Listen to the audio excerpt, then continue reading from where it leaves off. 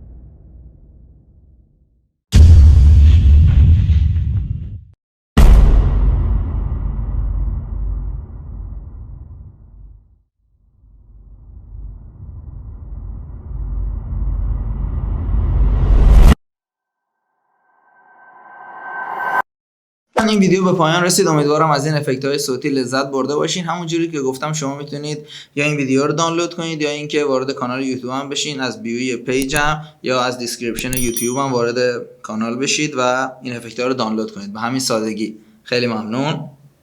خدا نگهدار.